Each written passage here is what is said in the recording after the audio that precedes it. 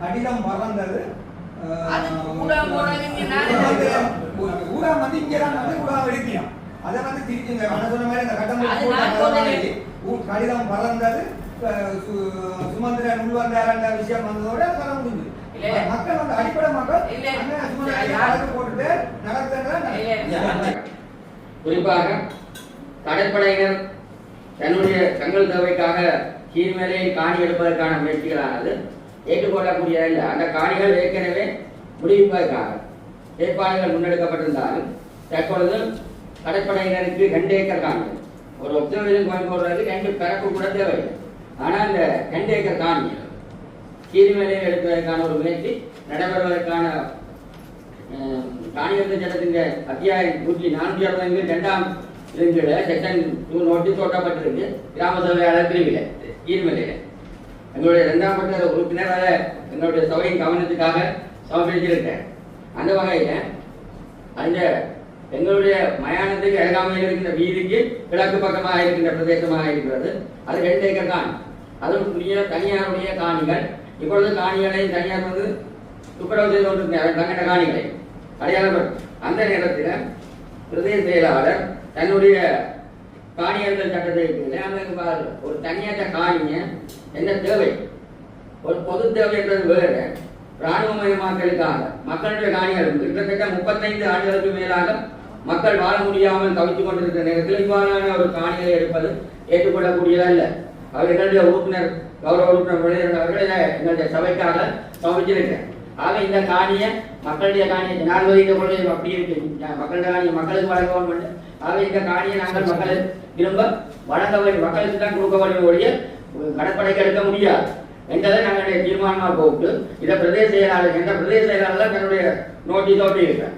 பிரதேச செயலாளருக்கு நாங்கள் எங்களுடைய எதிர்ப்பை சபையினுடைய எதிர்ப்பை தெரிவிக்க வேண்டிய அந்த மக்கள் சார்பாக இருக்கு. என்று அதில் வடக்கு பக்கம் கடல், கிழக்கு பக்கம் அவங்க துண்டண்டு காட்டப்பட்டிருக்கு. மற்றது தெற்கு பக்கம் வந்து செல்வநாயகம் செந்தில்நாதன், சண்முகத்தின் மனைவி பருவனி மற்றும் காணி உரிமை இனங்காணப்படவில்லை என்று போடுவோம்.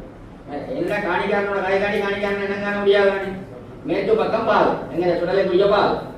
அப்போ அதுக்கான 2 ஏக்கரை கையப்படுத்தும் நோக்கம் கடற்படையினரின் கடற்படையின் துறைமுக பாதுகாப்பு. கடற்படையினர் துறைமுகம் இல்லை தானே. துறைமுகம் வந்து மக்களிடம் வாங்கக்கூடிய பிரத்யேக நோக்கத்துக்கான துறைமுகம் நாங்கள் துறை. ஆகவே துறைமுக பாதுகாப்புக்கான ரேடர் நிலையத்தை நிர்மாணிப்பது. அப்ப இதை வழங்கலாமா? ஆகவே நாங்கள் இந்த இதுக்கான ஒரு தீர்மானத்தை எடுத்து அனுப்ப வேண்டிய தேவைப்பாடும் எங்களுடைய இருக்கு. அதை பின்னைக்கு எடுப்போம்.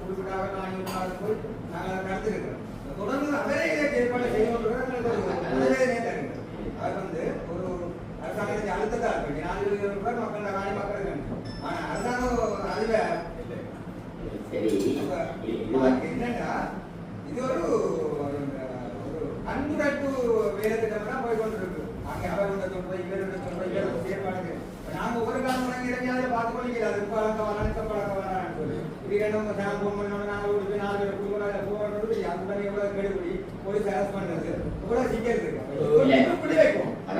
வைக்கும் இதுக்காகத்தான் இந்த செய்தி வந்த உடனே 10 நியூஸ் வந்த உடனே கடற்படை சொல்லியிருக்கு மக்களோட காணியாக வாய்க்கிறது இல்லை. அப்படியே தான் இந்த அறிவித்தல் என்னது கடற்படை சொல்லியிருந்து மக்களோட காணியாக இருக்கிற இல்லைங்கிற தேவையில்லை. ஆனால் அப்படி இருக்கே இந்த நோட்டீஸ் அப்படி இருந்தது. மற்றது இண்டிவிஜுவலாக காணி உரிமையாளர்களுக்கு கடிதங்கள் அனுப்பப்பட்டது. ஆகவே நாங்கள் இது சம்பந்தமான ஒரு தீர்மானத்தையும் எடுக்க வேண்டிய தேவைப்பாடுகள் அடுத்த எங்களை தலைமுறை பிறகு விரதவுட்டு அறிக்கையை பிறகு நாங்கள் தீர்மானம் எடுக்க இதே. அதே நேரத்தில் எங்களுடைய பிரதேசத்தின்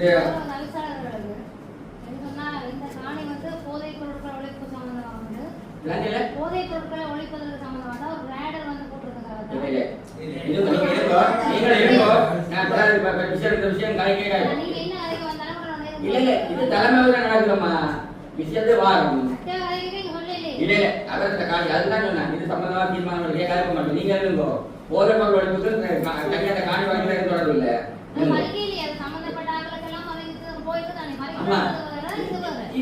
மறுக்கிறதா இது காணி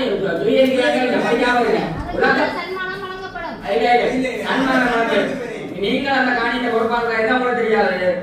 சில விஷயங்களை பாதுகாப்பு கருத்துல வேற இல்ல நீங்க எல்லாம் அரசியல் செய்யுங்க. இப்ப நீங்க எல்லாம் நீங்க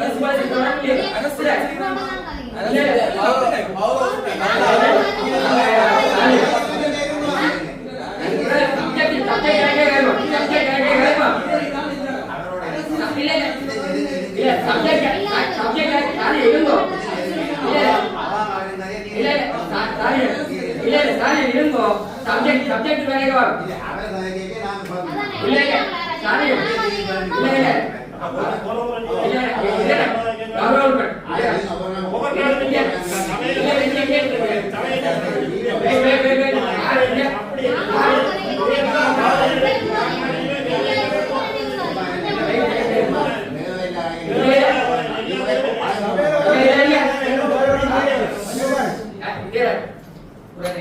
சபையை நடத்த சபை ஒழுங்கு போயிருக்க அந்த சப்ஜெக்ட் ரெகுலராக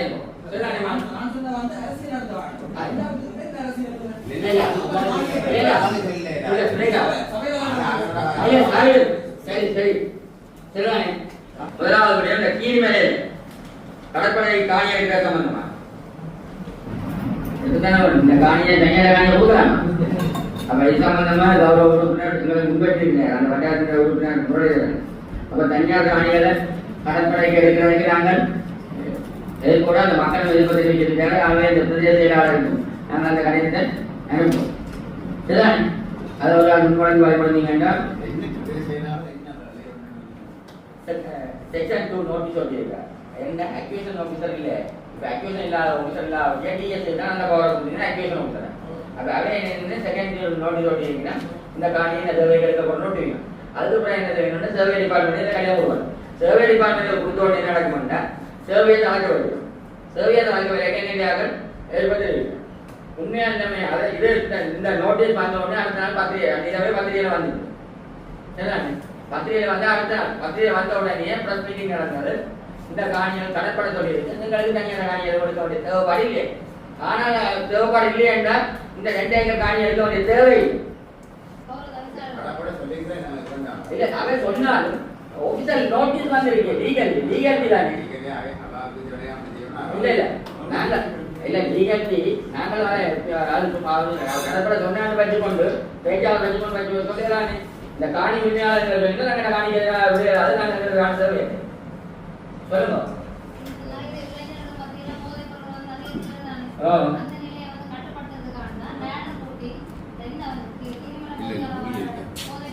கீழ்மேல போதப்படுறது கீழ்மேல போதப்படுறது இல்லை இல்லை இல்லை கீழ்மேல போதப்படுறது இல்லை.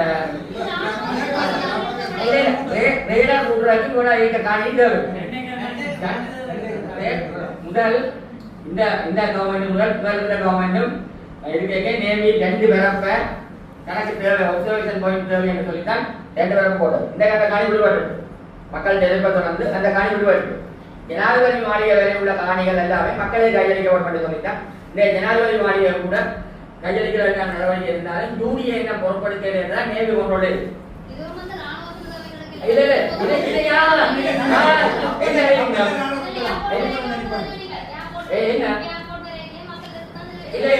ஏர்போர்ட் வரைக்கும் மக்கள் சில விடயங்களை விளங்கணுமா. ஏர்போர்ட் வரைக்கும் மக்கள் எழுந்து வேண்டும். ஏர்போர்ட்டுக்குரிய காணியை மட்டுப்படுத்தாது. ஏர்போர்ட் எவ்வளவு இருக்குது உங்களுக்கு ஏர்போர்ட் கிடைக்கிறானே ஏர்போர்ட் நீளம் எவ்வளவு இருக்கு. இப்ப ஏர்போர்ட் நீளம் எவ்வளவு இருக்கு. ஏர்போர்ட் நீளம் எவ்வளவு இருக்கு. இப்ப எவ்வளவு பயன்படுத்தினோம். பேஸ்பட்ல எவ்வளவு தேவை. பேஸ்புக்ல எவ்வளவு வேணும். சரிதானே. பேஸ்புக்ல எவ்வளவு வேணும். ஆமா சில விடயங்களை யோசிக்க வேணும். நான் இந்த ஏர்போர்ட் டெவலப்மெண்ட்ல நான் 100% ஒத்துழைப்பு இல்லையம்மா. தேவையான விஷயத்தை தேவையோடு செய்து மட்டுப்படுத்தவும். இல்ல இது கடற்படை தான் போடும். இல்ல இல்ல அப்படி ஒன்றும் போடல. இது துறைமுக பாதுகாப்பு, துறைமுகத்தின் பாதுகாப்பு தான். போதைப்பொருள் கட்டுப்படுத்துவதே இல்ல, இது துறைமுக பாதுகாப்பு. இல்ல இல்ல இல்ல அப்படி இல்லையே. அப்படி நீங்க அக்யூசன் ஆபீசர் துறைமுக பாதுகாப்பு கண்டு சில விஷயங்களை விளங்க வேணும். விமான நிலையத்தின் விஸ்தரிப்புக்கு முழுமையான செயற்பாடு சம்பந்தமா யாருக்கும் விளக்கவில்லை. நாங்கள் அதை தெளிவாக சொல்லியிருக்கிறோம். கௌரவ ஆளுநர்கிட்ட வந்து காட்டிங்கன்னா விமான நிலைய விஸ்தரிப்புக்கு வேலையை காணி வேணும். நாங்கள் சொன்னாங்க தேவையில்லை காணி. ஏன்னா இருக்கிற காணியிலேயே 950 மீட்டராக பயன்படுத்தினோம். 2300 மீட்டர் நீளமான ரன்வே இருக்கு, மிச்சம் பயன்படுத்தல. 320 பாரதத்துக்கு 3100 மீட்டர் அவ்வளவுதான். தெல்லிப்பட வெள்ளையங்காடி ரோட்டை திறக்கலாம், வெள்ளையங்காடி ரோட்டை திறக்கலாம். ஏர்போர்ட்டை சாட்டி வச்சுக்கணும். அந்த ரோட்டை நீங்க போய் பாத்தீங்கன்னா ஒரு 10ஐயும் பல கஞ்சலையும் கொண்டு போட்டு ரோட்டை மறைச்சிருக்காங்க. சில விடயங்கள் நாங்கள் முழுமையாக ஒத்துழைக்கிறோம். எங்களுக்கும் இந்த இடத்துல டெவலப்மெண்ட் தேவை. காகேந்திர துறைமுகம் அவுத்து செய்யப்படும், கராளி மாநிலம் அவுத்து செய்யப்படுவோம். ஆனா மக்கள் இந்த காணி முடிவிக்கப்படுவார். சரிதானே? இன்றைக்கும் 80ஆம் ஆண்டு எடுத்த காணியின் அட்டைகளை ஊக்கே எவ்வளவு வருமானத்தை உழைச்சு கொடுக்கிறோம். 80ஆம் ஆண்டுக்கு எதிர்பார்க்கப்பட்டது இந்த சீதாவளையில குடியரசு நடக்குவதானே. 1979ஆம் ஆண்டு பஞ்சலிங்கம் செய்யப்பட்டது. அதுக்கான கெசட் நோட்டிபிகேஷன் இருக்கு. காணி 3 சென்ட் இருக்கு. முழு டிக்கெட் எந்தெந்த பிரதேசம் காணி 9 ஏக்கர். அதுல 3 ஏக்கர் சிவில் கொடுத்தாங்க காணி வந்து இன்னைக்கு காவல் எடுக்க வழிவிடும். நாங்கள் எடுக்கலாம் தனியார் காணியம் வந்து காவல் எடுக்க வழிவிடும். இந்த விடயங்கள் எல்லாமே 90ஆம் ஆண்டு நடந்த பிறகு இருக்கிற ஒபிசர்ஸுக்கு தெரியா என்னென்ன நடந்த டீட்டெயில்ஸா கிடைக்கும். ஒபிசர் டாக்குமெண்டா இருக்கும். உங்களுக்கு விமான நிலையத்தில் விசாரித்த டாக்குமெண்ட் நான் ஒபிசரா காட்டுவேன். சரிதானே? விமான நிலைய விசாரித்த அந்த மாதிரி என்னோட எதிரே வந்து காட்டிக்கலாம். நாங்கள் சொல்றா நாங்கள் இதுக்கு எதிர்ப்பு இல்லை. ஆனா இப்படி தனத்தின காணி வரும். அந்த அந்த பழைய மேப் கூட வேணும்னா உங்களுக்கு புத்தாவா வச்சிருக்கேன். பாதுகாப்பான விஜய் நான் காட்டுவேன். அங்கே இருக்கிற காணி பாதையில் கூட இருக்கு. சரிதானே? இது வந்து போப் சிட்டி அமைச்சிருக்கு தானே, கடலுக்குள்ள கல்லை கொட்டி அது மாதிரி கடலுக்குள்ள மண்ணை கொட்டி நிரப்பி ஒரு ஆர்டரை அமைக்கிறதுக்கு அதை சொல்லி விடுறீங்க சொன்னாங்க. தேவையில்லாமல் நீங்கள்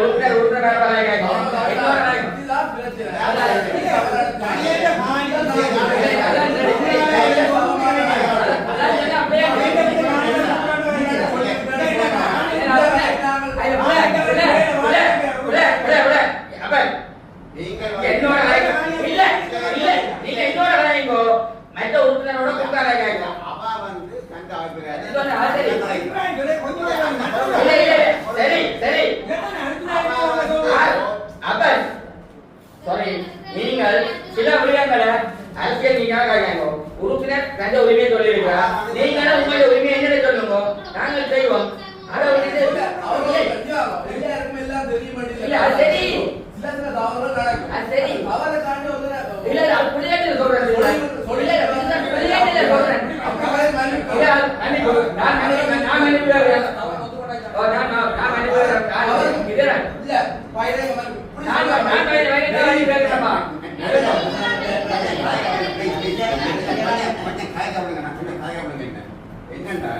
இது வந்து சபை வந்து நாங்கள் எல்லாம் வந்துக்கிறது எலெக்ஷன் நேரத்தில் எங்களுக்கு இல்லத்துல போட்டிகள் இப்ப எல்லாம் முடிஞ்சு நாங்கள் இப்ப நண்பர்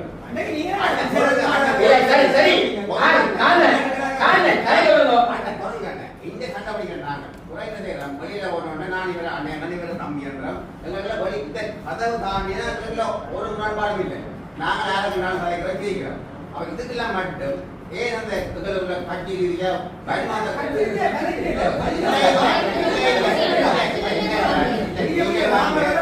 அப்படி சொன்னாதானா அது பாடி மணிவன் அப்படி சொன்னது ஒரு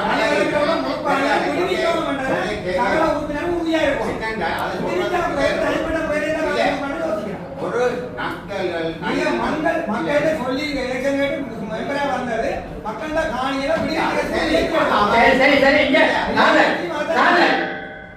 அவர் என்னோட கதை நீங்க என்னோட கதை இல்ல அவரே விளக்கத்தை அந்த புள்ள கேட்டா இவர் நான் சொல்றேன் தானே நீங்க இல்ல என்னன்னா அன்றைக்கு ஒரு விஷயம் வந்து நான் இதை நான் குழப்பம் நினைக்க வேண்டாம். ஆண்டு விஷயம் பார்க்க வேண்டாம். நாங்கள் உண்மையில மனதிலிருந்து சாதிக்கிறோம். ஒற்றுமையாக இருக்கணும். நான் பார்க்குறேன் எல்லாம் சேர்ந்து ஒற்றுமையாக சமூகத்தை வளர்க்கணும். அண்டையை பார்க்குறோம்.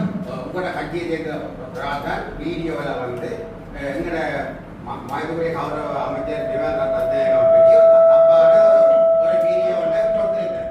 இல்லை ஜோதி பேருங்க அது வந்து கூட பூரா விஷயம் வந்து இல்லை இல்லை இல்லை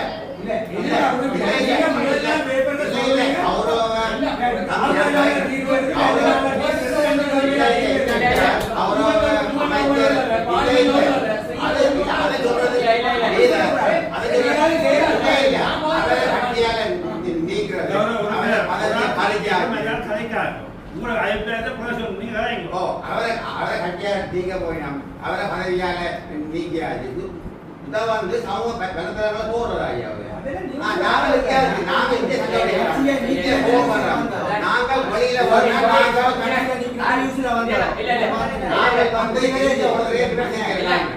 நாங்கள் ஒரு வீடியோ போடுறேன். கௌரவ உறுப்பினர் அவர் கலைச்ச விஷயத்தை அவருக்கே தெரியாத நான் காலமாக கூப்பிட்டு பேசினாங்க. காலமாக கூப்பிட்டாரு சொன்னாங்க செயலாளரோட நீங்க கதை கேட்க இதெல்லாம் ரெக்கார்ட் பண்ணி போடக்கூடாது. அவர் ஒரு ஆஃபீஸர் அவருக்கு அவர் வந்து ஆஃபீஸர் நாளைக்கு உங்கள்கிட்ட ஒரு வேலைக்கு நீங்க போடுறதாலும் ஆட்டு பண்ண மாட்டாரு. என்னன்னா நீங்க கதைக்குள்ள ரெக்கார்ட் பண்ணி போட்டு போடுறேன் அவர் சொன்னா எனக்கு தெரியாது வீடியோ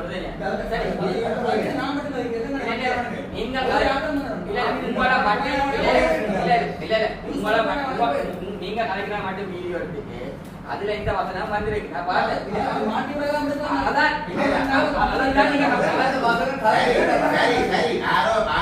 வீடியோ ஓகே ஏன் அப்படி கலைக்கிறீங்க?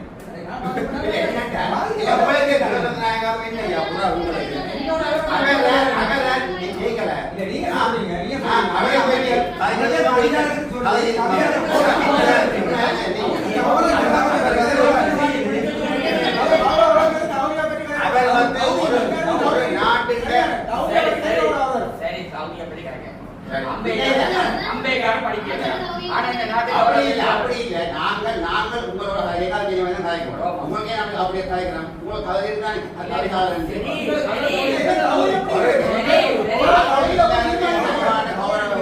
எங்களுக்கு நாங்க பாதுகாக்கிறோம். ஆனா உங்களோட அப்படியே கலைக்கிறோம். நாங்க எல்லாருமே ஒரே சமனான கௌரவ உறுப்பினர். இங்க வந்து போனஸ் இல்ல மெண்டாபுரம் எல்லாருமே நாங்க சமூகமாக கொடுக்குறோம். ஆனா உங்களுக்குரிய மரியாதை பிராம்பு, செயலாக்குரிய மரியாதை பிராம்பு, ஜனாதிபதி மரியாதை பிராம்பு, ஒரு அமைச்சருக்குரிய மரியாதை பிராம்பு. அதெல்லாம் நான் சொல்றேன். அடுத்தது இந்த தகுதி வியாதிக்கு நாங்கள் ஒரு தீர்மானம் வந்து எடுத்திருந்தாங்க. சட்ட நடவடிக்கை எடுக்கிறேன். அதே நேரத்தில் கேபினெட்டாலே ஒரு டிசிஷன் எடுக்கப்பட்டிருக்கு. ஒரு குழு அமைச்சு 60 நாளைக்குள்ள அதுக்கான தீர்மானம் எடுப்போம்னு சொல்லப்பட்டது. அதுக்கான வழிமுறைகள் நடந்து கொண்டிருக்கிறது. நாங்கள் அந்த கேபினெட்டில் இருக்க அமைச்சர்களுடைய கையில் நீங்கள் அவசரப்படாமல் நாங்கள் அதை செய்திருக்கிறோம். இந்த காணியில் முதலீட்டாக நடவடிக்கை எடுக்க வந்து எங்கள் ஒருங்கிணைப்பு வருவாய் கேபினெட்டில் ஒரு அமைச்சர் தானே அந்த விஷயங்கள் நடந்து கொண்டிருந்த நேரத்தில் நாங்கள் யுத்தம் தான் அந்த கட்டணம் கொடுத்தா அண்ணன் இடத்த கட்டணம் கட்டக்கூடாது. இன்றைக்கு அந்த கட்டணம் அப்படியே அதில் ஒரு கிடாங்கப்பட்டினோட இருக்குது. அன்றைக்கு கௌரவ உறுப்பினர் காரியன் எடுக்க போனதுக்கே நான் ஒரு வேற ஒரு மீட்டிங் இருந்தது. இளப்படாக எடுத்துதான் அவர் ஆண்டவனையில் செயலாளர் சொல்லியிருந்தேன். ஒரு கட்டடங்கள் கட்டுறதுக்கான நடவடிக்கை நடக்குது பாருங்க. அது சொல்லியிருந்தேன். நான் இப்போ விரையிலாது எனக்கு சொல்லப்பட்டவரை நான் அடுத்த நாள் 8 மணிக்கு போனால் நாங்கள் எந்த விதமான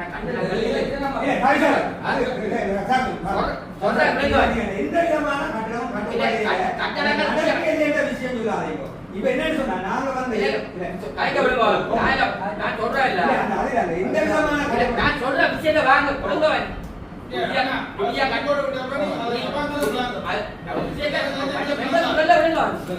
புதிய கட்டிடங்கள் எதுவுமே கட்டப்படையில. புதிய கட்டிடங்கள் எதுவுமே கட்டப்படையில. ஏற்கனவே கட்டப்பட்ட விகாரியோட பூக்கட்டுகளுக்கான தொட்டி கட்டப்பட்டது. அப்ப முதல் வருஷா எனக்கு கௌரவ உறுப்பினர் சாரியன் அந்த 62 நிறைய போராட்டம் நடத்தி கழித்தவர் 1500 செங்கட்டிகளோட உள்ளுக்கு போய் நான் போராட்டம் நடத்தோடு தான் இருக்குது. போராட்டம் நடத்தினாங்க ஒன்றும் மறைஞ்சிக்கலாம் எல்லாருக்கும் போராட்டம் நடத்த இல்லை அன்றைக்கு 62 இல்ல 62 நீங்க அடிச்ச அண்டை தான் சொன்னீங்க. சரி இல்ல நீங்க உங்கள்ட்ட இருக்கலாம். எனக்கு எடுத்த டைம் இல்ல நான் ப்ரோக்ராம் சரி அதை விடுவோம். பிறகு நீங்க இல்ல நான் சொல்றேன் புதிய கட்டமைப்பே கட்டையில. ஆனால் பழைய கட்டப்பட்ட விகாரையோடு சேர்த்து பூக்கட்டுக்கான கட்டுகள் கட்டப்பட்டது.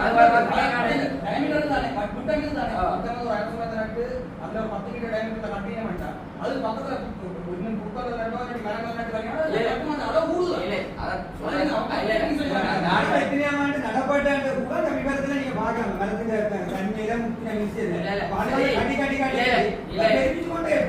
அதுதான் சொல்றேன். மனநிலை வந்து 5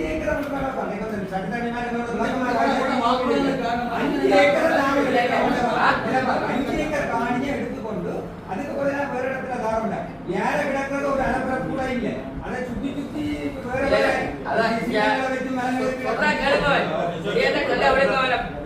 அப்ப நாங்க அந்த காணியை விடுவிக்க வேண்டிய தேவைப்பாடு இருக்கு. மக்கள்கிட்ட காணி மக்கள்கிட்ட கொடுக்கணும், மக்கள் தேர்ந்தெடுக்க காணியில விடுவிச்சு கொடுக்கணும்.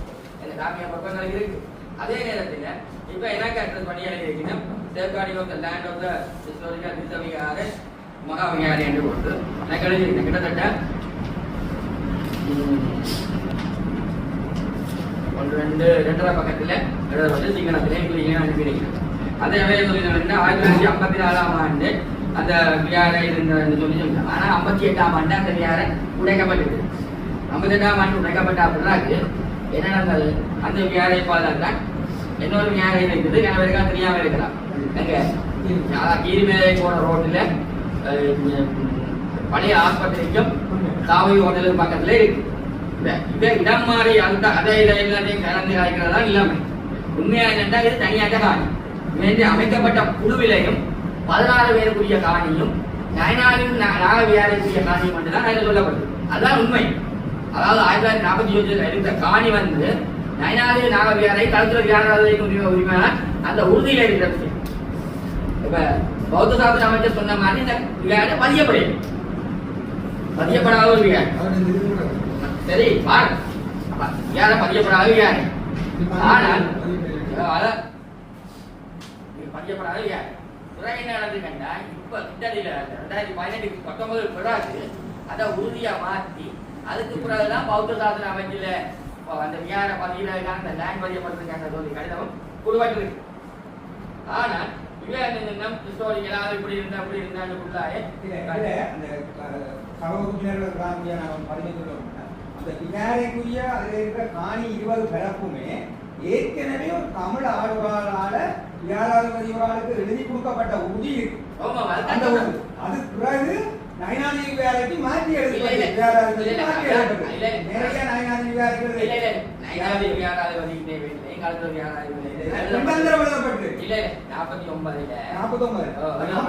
முதலே ஒரு தமிழ் ஒரு ஆள் நோய் நீங்கினதால அந்த காணியை இப்ப கட்டப்பட்ட காணி இல்லை.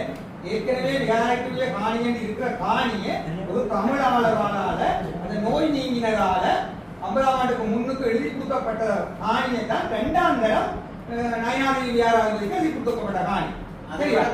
அதையும் மாற்றி இப்ப சொல்லி நம்ம என்ன சொல்றாங்க 60 நாள் கடிதம் முடிஞ்சு 3வது கடிதம் வந்திருக்கு. அந்த இந்த இப்ப கட்டப்பட்டுள்ள காணி நம்மள பிறந்த காணின்னு சொல்லவே இல்லை. அதை நீங்க தெளிவா விளங்கிக் கொள்ளும். சொல்றாங்க இல்ல அந்த கட்டெல்லாம் என்னன்னா அந்த காணி மட்டும் இல்ல அதை அப்படி அடைச்சு வச்சு உள்ள நாங்க காணி வரையும் அதுக்குள்ள சரிதானே.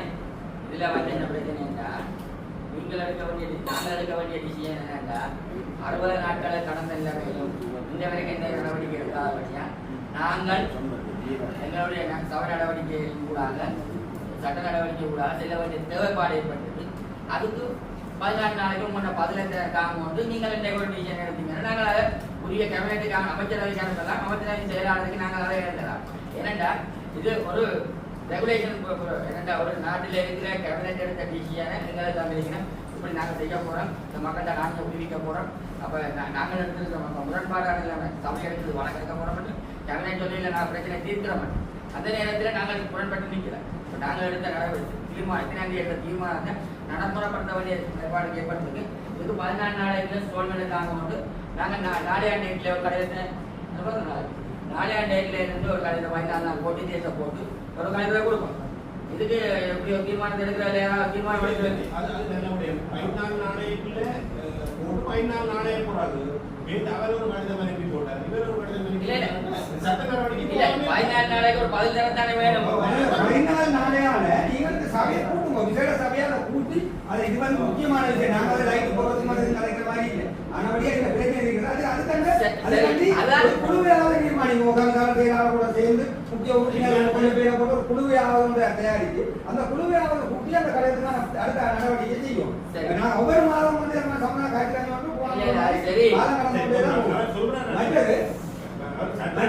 வேற பிரச்சனை தீர்க்கிறதுக்கு சுகமான வழி இருக்கும். ஒருவருக்கும் பிரச்சனை இல்லை.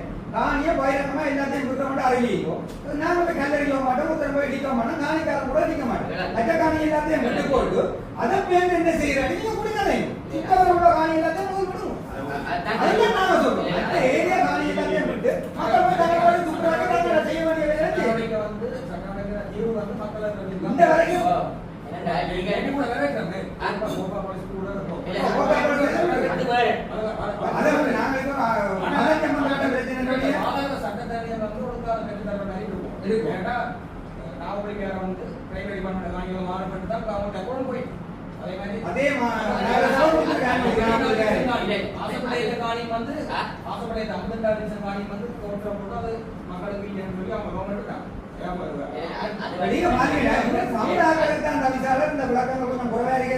சிங்கள மக்கள் பூர்ணமாக அன்றைக்கு வந்து சாதாரண ஒரு சட்டத்தரணின்னு சொல்லி அது ஒரு ஊர்ல இருந்து வந்த ஒரு சட்டத்தரணி அது தெளிவாக உண்மைதான் இது செய்யலாம். ரெண்டாவே சிங்கள மக்கள் மத்தியில அது தெளிவாக இருக்கின்றது வழியாகலாங்க. தமிழ்நாடுலாம் நாங்கள் அதை அப்படியே அமைய கொண்டு இன்னும் அது தெளிவில்லாமல் இருந்து கொண்டு இருக்கிறோம்னா தான் சின்ன வேதனையாக இருக்கு. மற்றவங்க காணி என்ற உணர்வுபூர்வமா உணர்ந்து கொள்வது இன்னும் வேதனை.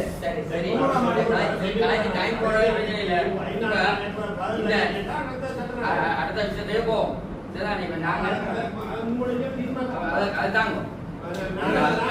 இப்ப அந்த விளையாட்ட தவிசால முன்மொழிகிற வழியா நாங்க எல்லாரும்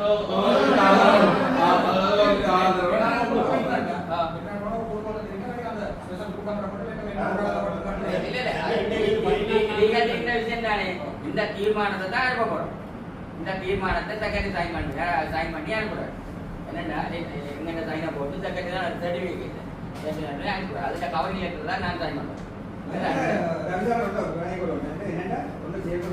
ஊடகங்களுக்கு வந்து போன முறை நடந்தது இதே மாதிரி நாங்கள் கிடைக்க அமைதியான முறையிலே நாங்கள் சபையால ஒரு தீர்மானம் அந்த ஊடகங்கள்ல தலையங்க மட்டும் நடந்தது கடிதம் பறந்தது. ஊடகம் வந்து இங்கதான் வந்து ஊடகம் எடுக்கலாம். அதை வந்து திருப்பி இந்த சொன்ன மாதிரி அந்த கட்டம் கடிதம் பறந்தது சுமந்திரன் உள்வந்தார விஷயம் வந்ததோட கதை முடிஞ்சது. மக்கள் வந்து அடிப்படை மக்கள் சுமந்திரன் போட்டுட்டு நடத்துறது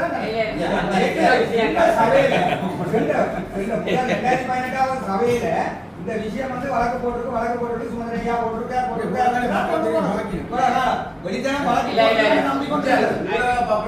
நிறைய விஷயங்கள்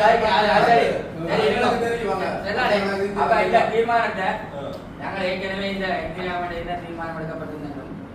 தங்களுடைய சண்டீசனங்கள் சபையில் ஆராயப்பட்ட மேலும் அந்த அவகாசமான 60 நாட்கள் பார்க்கப்பட்ட மேலும் இந்த விதமான நடவடிக்கை எடுக்காதபடியால் நாங்கள் எடுத்த தீர்மானத்துக்கு செல்ல வேண்டிய நிலை ஏற்பட்டிருக்கிறதால தங்களுடைய 14 நாட்களுக்கு தெரியப்படுத்துவார். நாங்கள் ஒரு தீர்மானத்தை இன்றைக்கு முன்வைக்கும். அதை சபைக்கு நான் முன்வைக்கிறேன். 14 நாளைக்கு முடிவு வரையில்லை என்றால் 14 நாளைக்கு பிறகு மீண்டும் ஒரு விசேட சபையை கூட்டி நான் அடுத்த கட்ட நடவடிக்கை விசேடமா கொண்டு போயிடாது. சபையில இது கட்டாயம் கலைக்க வேண்டிய விஷயம். ஆனால் அதை இழுத்து கொண்டு போயிடாது. அதனாலதான் சொல்றேன். சரிதானே?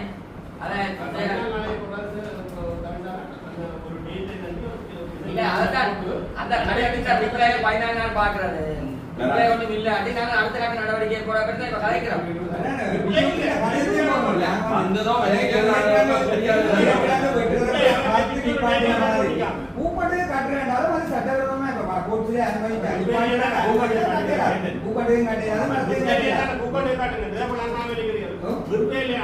இடத்தை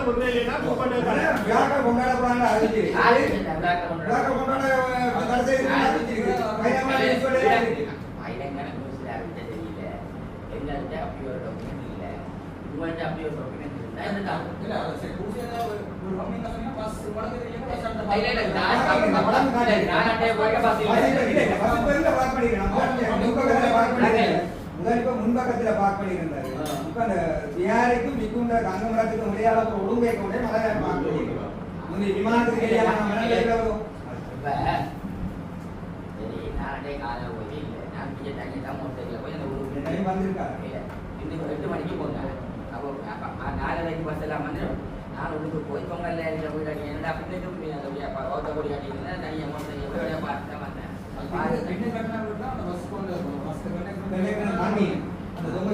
அங்க போனாங்க ஒரு இருக்கேன் நான் போன அண்டே இருக்கேன்